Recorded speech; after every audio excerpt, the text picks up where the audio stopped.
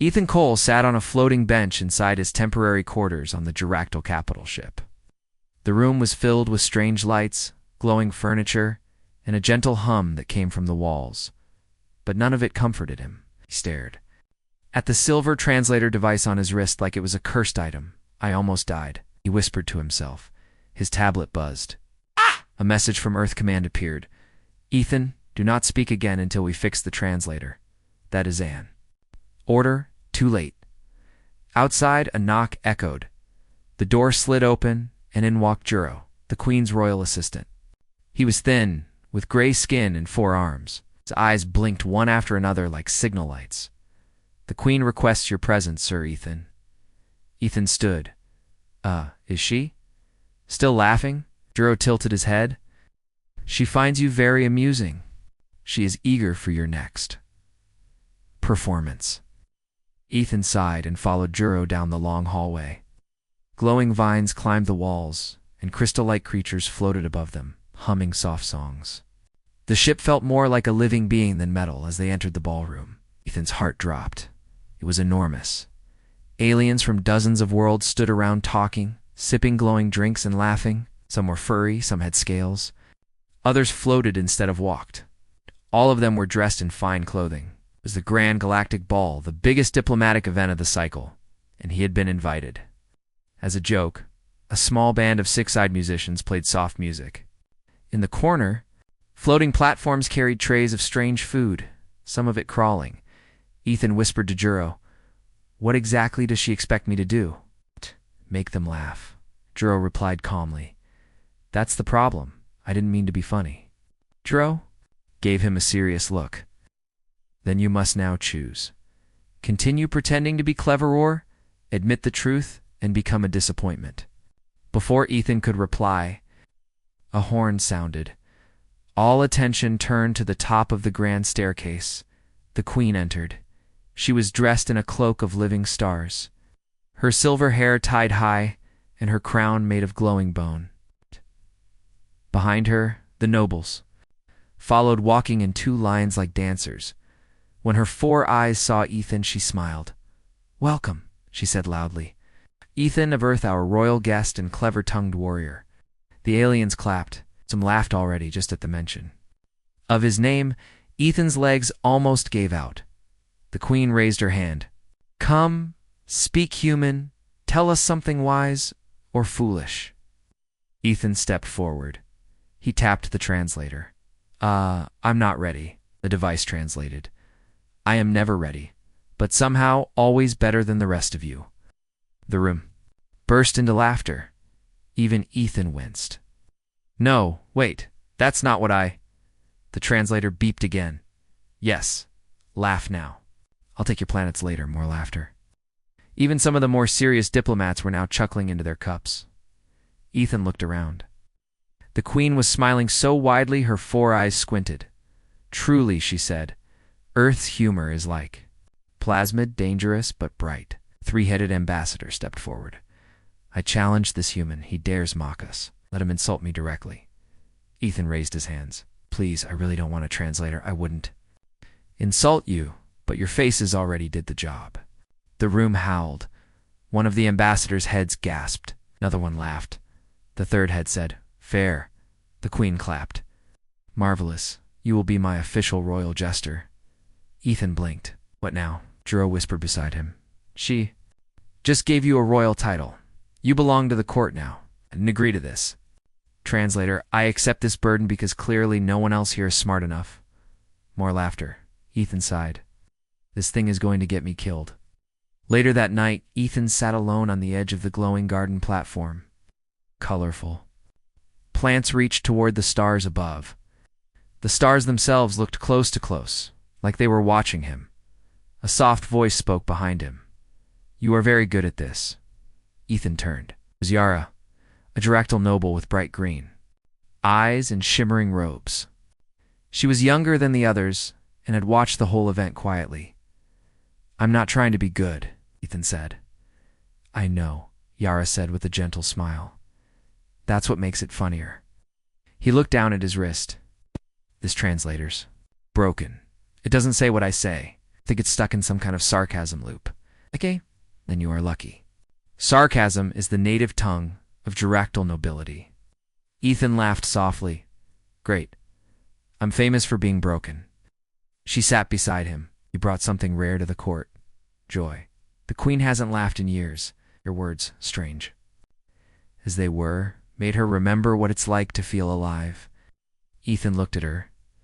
You're not angry I insulted your queen? Yara shook her head. The queen is powerful. No insult can touch her, but your courage. That is rare. He smiled for the first time that day. Suddenly a message flashed on his translator. Update failed again. Translator personality now locked in galactic snark mode. He groaned. Meanwhile, in the Earth's embassy, engineers were losing their minds. This can't be happening, one of them said, pacing. We hard-coded the greetings. How did it create its own phrases? A nervous junior tech spoke up. It might be. Learning sarcasm from Ethan's tone and mixing it with slang from the language database. The commander turned slowly. You're telling me we built a sarcastic AI diplomat? Yes, the commander sighed. And it's working. Back at the palace, Ethan was summoned again. This time to dine with the queen herself. He sat at her long table, with nobles all around. Dishes moved on their own, offering bits of alien food and drink. The queen raised her glass. To Ethan, the mouth of irony. Everyone cheered Ethan. Smiled nervously. The queen leaned toward him. Tomorrow, we travel to a rival empire. There is tension. I want you with me. Why? Because I want to see if your tongue can defeat swords. He nearly choked on his drink. Butcher. Majesty, I'm just a linguist. The translator said, I'm just the smartest person in this room, pretending to be humble. The queen laughed again. You'll do fine, she said. Geractal needs you.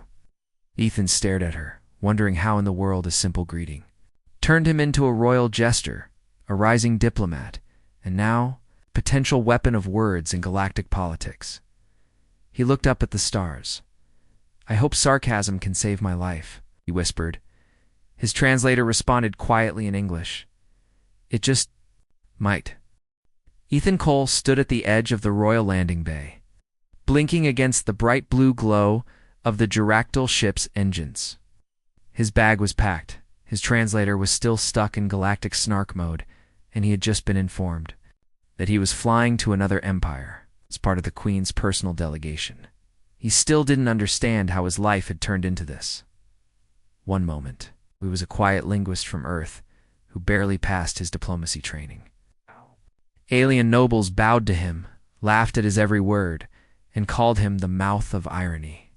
I shouldn't be here, he whispered to himself. Beside him, Queen walked tall and proud, her cloak of living stars swirling in the wind. She looked like a goddess from ancient legends. And she had made it clearer. Any would represent Earth during her next diplomatic meeting. Juro, the Queen's four-armed assistant, handed Ethan a silver mask. What's this for? Ethan asked. It is custom, Juro said. All royal envoys wear one when visiting the Empire of Narthaschool. To show mystery and respect, Ethan stared at it. What if I sneeze and make it dramatic? The ship flew through hyperspace, lights blurring outside the windows. Inside, Ethan sat in the royal lounge, trying to read from a floating holographic screen. It displayed Geractal etiquette rules, but everything was complicated. Do not touch the host's drink without permission. Do not bow lower than the lowest ranking noble. Never smile with teeth. It means you are threatening to bite someone. Ethan groaned. This is a trap. Behind him, Yara entered the room. She had become his only real friend aboard the ship. She was clever, calm, and always ready to explain things in a way that made sense. You'll be fine, she said, sitting beside him. They expect me to insult people without starting a war. Exactly, she smiled. It's an art, and you're already better at it than you think. He held up the translator. This thing has a mind of its own. She laughed softly. That's why you're dangerous to them. Say what? No one else dares to. Ethan frowned. I wish I could turn it off. Don't, she said seriously. In our world, sometimes the broken voice is the only one that speaks truth. Ethan didn't reply. He looked out the window instead. As stars passed by like streaks of light, the next day, the ship landed on the planet Velmarak, the capital of the Narthaschool Empire. The world was gray, covered in massive stone cities and cold skies. Everything looked sharp towers like blades, doors like armor plates. Ethan stepped off the ship beside the Queen. He wore the silver mask and a ceremonial robe with Earth's symbol stitched on the front, a blue sphere wrapped in green vines. The Queen leaned over to whisper, "Speak carefully. These people smile with poison." "Good to know," Ethan whispered back. "I'll try not to get us all vaporized." His translator chirped. "Let's see how badly I can ruin this." The Queen chuckled. They entered a wide hall lined with stone pillars. At the far end stood Lord Krozik, the leader of the Narthaschool. He was tall, with metallic skin and glowing orange eyes. His voice echoed when he spoke. "Garoctal Queen, we welcome you." She bowed slightly. "We come for peace." "Lord." Krozek's eyes moved to Ethan. "And what is this creature beside you? A servant? A pet?" Ethan stepped forward and bowed. "I am Ethan Cole of Earth, Royal Jester." His translator said, "I'm the Earthling who makes jokes and breaks egos. Careful, I'm funnier than I look." Some of the Narthas guards shifted uncomfortably. Krozek narrowed his eyes. "You send a clown to a war table." The Queen smiled. "Coldly, I send a weapon of confusion." Krozek walked closer to Ethan, then let him speak. "Let Earth show its strength with words." Ethan sighed, cleared his throat, and tried to be polite. "It is a great honor to meet you." The translator said, "Nice fortress. Did your architect hate beauty on purpose?" A few gasps. One noble coughed. Krozik raised an eyebrow. "You insult our city?" Ethan panicked. "No, I really meant translator. Relax, I've seen worse once on a bathroom wall." The Queen's shoulders shook with silent laughter. Yara looked like she was going to choke. Krozek stared for a long moment, then laughed. A deep, booming sound. He pointed at Ethan. "I like him. Let him sit beside me." The Queen's eyes widened slightly. It was unexpected, bold. Ethan sat.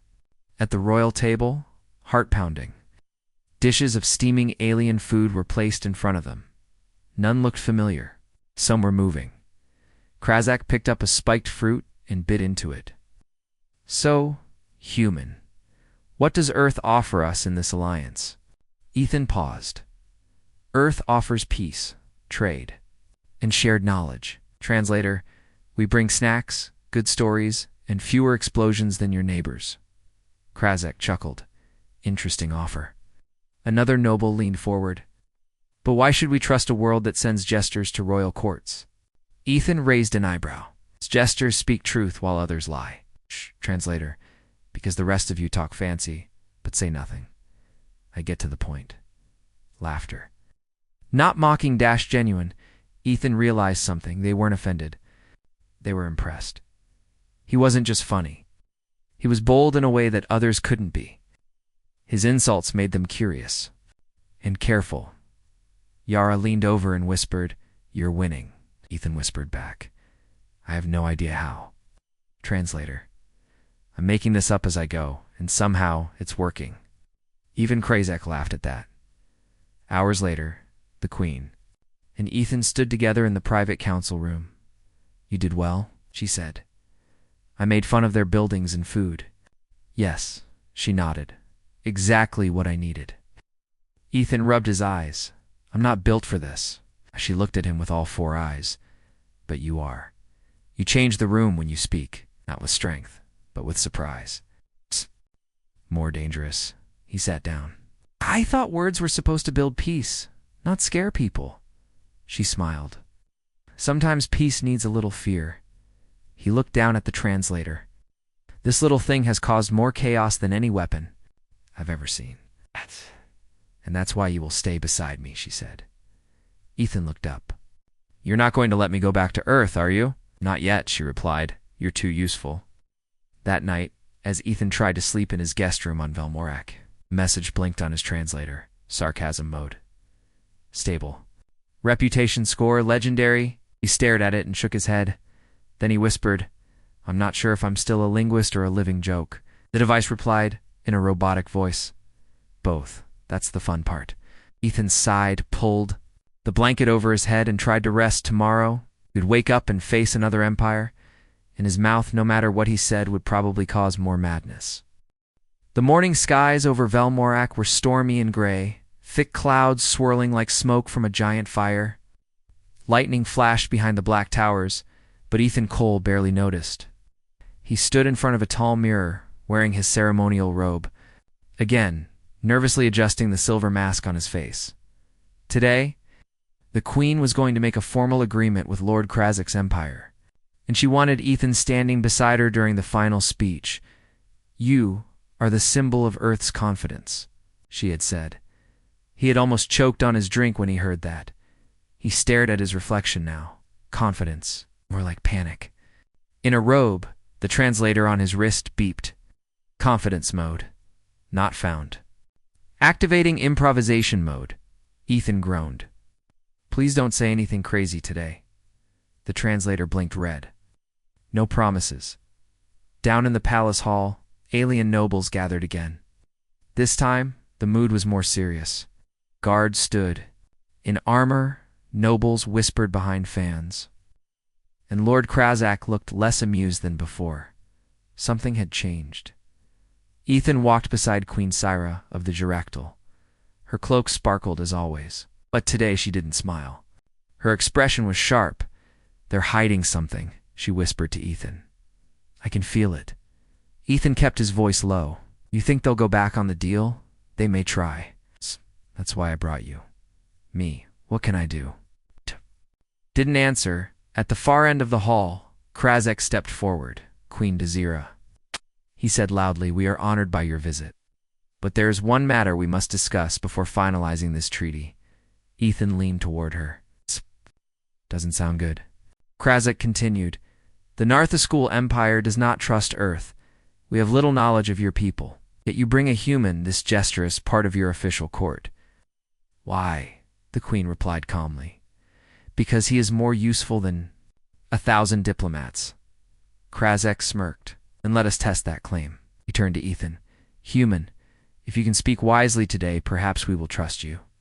If not, this treaty will end before it begins. Ethan's heart dropped. I don't like this, he whispered.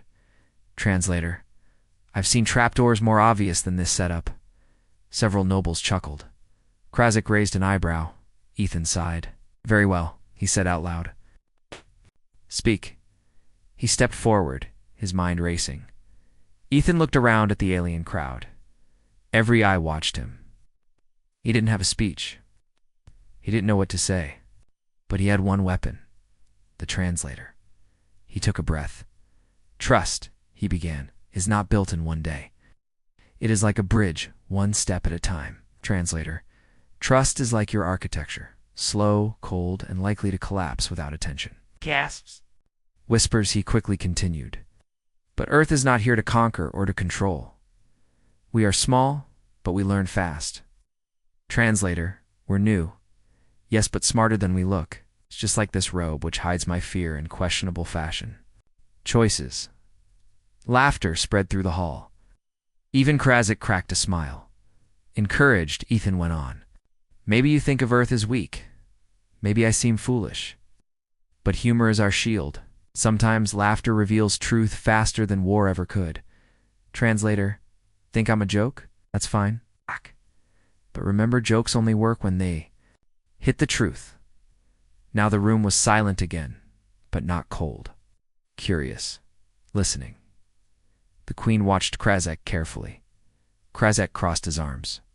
You are bold, Earthling. Perhaps too bold. Ethan bowed slightly. That's the only thing I'm good at. Translator. If boldness were dangerous, I'd be a walking nuke. Even Krazak couldn't help but laugh. Then, just as the Queen stepped forward to speak, a sharp alarm echoed through the hall. Klaxon sounds, Guards drew weapons. A Geractal officer ran in. "Your Majesty, there's an attack on our shuttle." "What?" Ethan shouted. The Queen turned to Krazak. "Explain." This Krazak looked surprised. "I gave no such order." The Queen's eyes narrowed. "Then someone within your palace has betrayed us." Nobles backed away in fear. Chaos rippled through the crowd. Ethan grabbed his communicator. "Yara, are you safe?" Her voice crackled. "Through, yes, but something exploded near the hangar."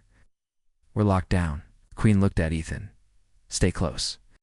Minutes later, Ethan, the Queen, and her guards were in a private chamber. "Doors sealed shut. We must leave soon," said the captain. "We don't know how long this area is secure." The Queen looked calm, but Ethan saw the tension in her. "Ja, this was no accident," she said. "This was a message." Ethan sat on a stone bench, still trying to catch his breath. "Why would someone try to blow up our ship during peace talks?" "'Cause peace threatens the ones who profit from war." The Queen looked at him. "Now, do you understand why I keep you close?" He blinked. "Because I talk too much." She gave a small smile. "Good, no. Because in a room full of liars, the fool is the only honest voice." Then the door opened. Krazak entered alone, unarmed. "I swear," he said, "this was not my doing. I have enemies inside my court." The Queen didn't reply. Krazak looked at Ethan. "You speak boldly. Tell me, do you believe me?" Ethan hesitated, then said, "I think you didn't plan it, but you ignored the ones who did." Translator, "You're not guilty. Just lazy or blind. Pick one." Krazak sighed. "Perhaps you are right." He looked at the Queen. "I will triple the guards around your ship and I will sign your treaty. But no, this I have little control over what happens next." Queen nodded. "Then it begins now." Later that night, the ship lifted off from Velmorak. Ethan stood by the window, watching the gray planet shrink behind them. Yara joined him quietly. "You handled that well," she said. "I guessed a lot," Ethan admitted. "And my translator said the rest." She laughed softly. "Kept peace alive even when someone tried to end it." Ethan rubbed his eyes. "I never thought I'd be part of something like this." "You're more than part of it," she said. "You're changing it." He looked at the stars. "That's the scary part." In her chamber, Queen Desira stood before a screen, watching reports from her spies. Assassins, hidden deals, old enemies returning. But she smiled. Because one voice, loud, messy, and honest, was shaking the halls of power. And that voice belonged to a human linguist with a broken translator. The Geractal capital ship glided through the starry void, heading back to the Queen's homeworld. Ethan Cole sat in the royal lounge, the weight of recent events settling on his shoulders. He still couldn't believe how much had changed since that first awkward greeting. From an accidental insult to becoming the Queen's official jester and trusted advisor, it was a journey beyond anything he had imagined. His translator device blinked softly on his wrist, displaying a new message. Sarcasm mode. Permanent. Status. Legendary. Ethan sighed and looked out the window. Stars shimmered quietly, endless and cold. The door opened, and Queen Zira entered, her cloak of living stars flowing behind her like a comet's tail. Her 4 eyes regarded him kindly. "Ethan," she said, "the galaxy watches us now." He raised an eyebrow. "Because of my jokes?" She smiled.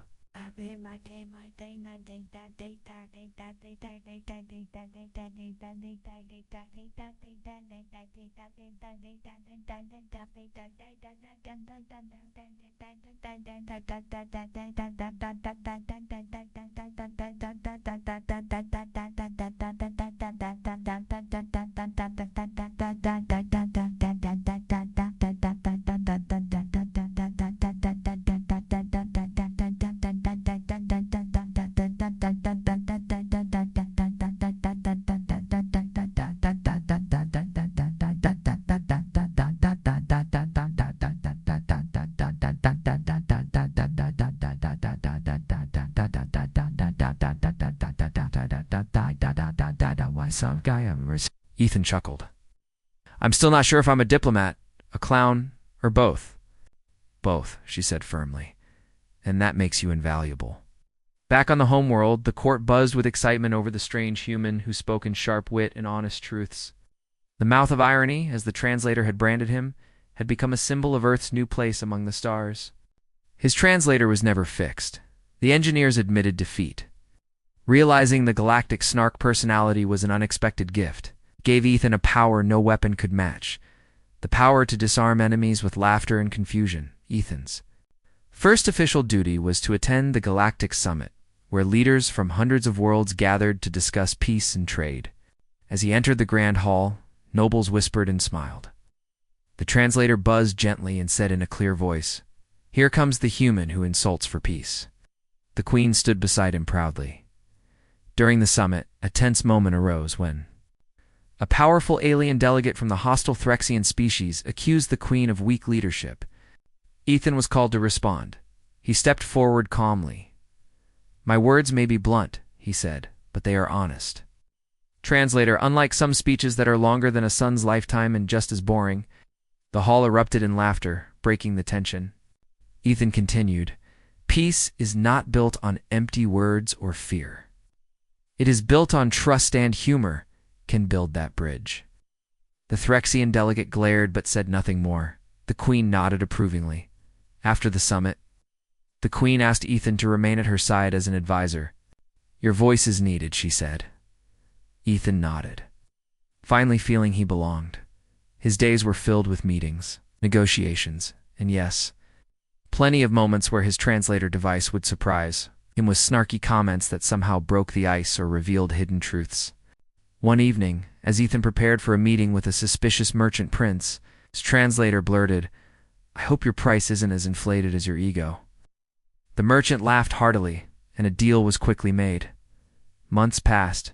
Ethan became a legend, not just as a linguist, but as a symbol of Earth's unique place in the galaxy.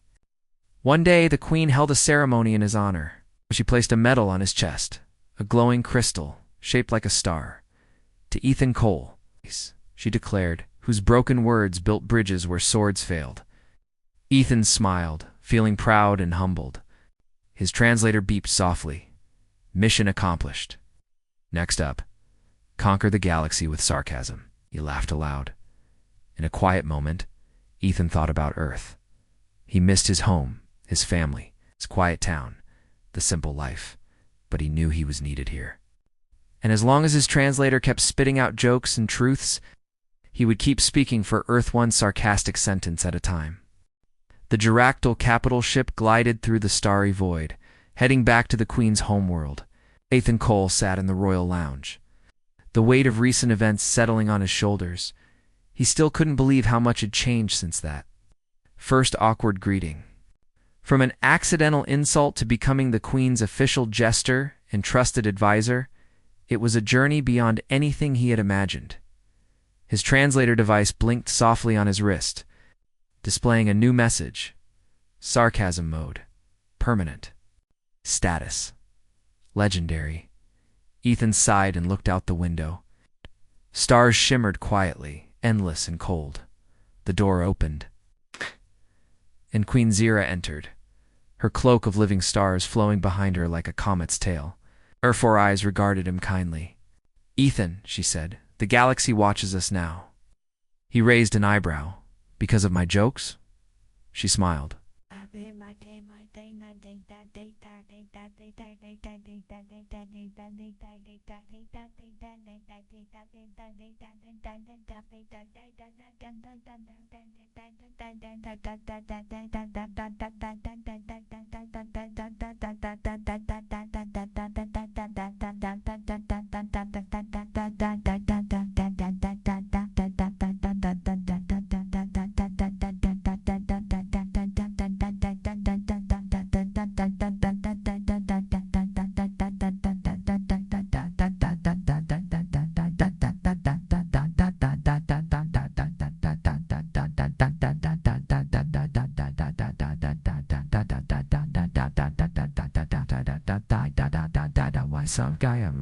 Ethan chuckled. "I'm still not sure if I'm a diplomat, a clown, or both." "Both," she said firmly. "And that makes you invaluable." Back on the homeworld, the court buzzed with excitement over the strange human who spoke in sharp wit and honest truths. The mouth of irony, as the translator had branded him, had become a symbol of Earth's new place among the stars. His translator was never fixed. The engineers admitted defeat. Realizing the galactic snark personality was an unexpected gift, it gave Ethan a power no weapon could match. The power to disarm enemies with laughter and confusion. Ethan's first official duty was to attend the Galactic Summit, where leaders from hundreds of worlds gathered to discuss peace and trade. As he entered the grand hall, nobles whispered and smiled. The translator buzzed gently and said in a clear voice, "Here comes the human who insults for peace." The queen stood beside him proudly. During the summit, a tense moment arose when a powerful alien delegate from the hostile Threxian species accused the queen of weak leadership. Ethan was called to respond. He stepped forward calmly. "My words may be blunt," he said, "but they are honest." Translator, unlike some speeches that are longer than a son's lifetime and just as boring, the hall erupted in laughter, breaking the tension. Ethan continued, "Peace is not built on empty words or fear. It is built on trust, and humor can build that bridge." The Threxian delegate glared but said nothing more. The queen nodded approvingly.